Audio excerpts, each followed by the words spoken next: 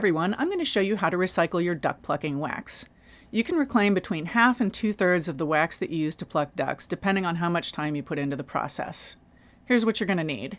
The wax from your plucked ducks, your tamale pot and burner, a lined trash can, bucket works fine, a putty knife, and a spider or skimmer with a screen. If you can't find one with a screen in a store near you, check out Amazon.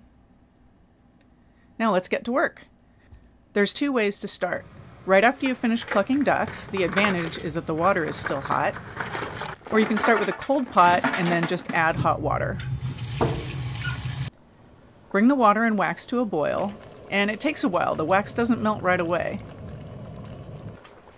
Lid gets pretty hot, so be careful when you're opening it. Now this looks like it's melted, but the feathers look pretty chunky, so I don't think it's ready yet. This looks good though. Now you can drop the flame. So I start by swishing the spider in the hot water to remove any hardened wax, and then you just scoop up a bit of feather and start tapping it out. Some of the water will drain out on its own, but it's really important to tap out every last bit of wax you can get. So you want the feathers to look kind of flattened in the skimmer, like that, and then you just toss it in your trash bucket. Do this endlessly. Eventually the feathers will start to thin out. And this is what you want it to look like. It's okay for a couple feathers to be in there.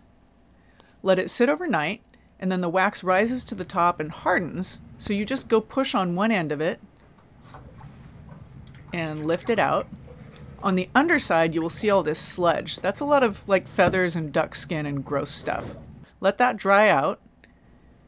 And now you take your putty knife and just scrape it off. You don't want to throw that back in your tamale pot when you're plucking. Doesn't have to be perfect, just better. And then you just lift it and break it.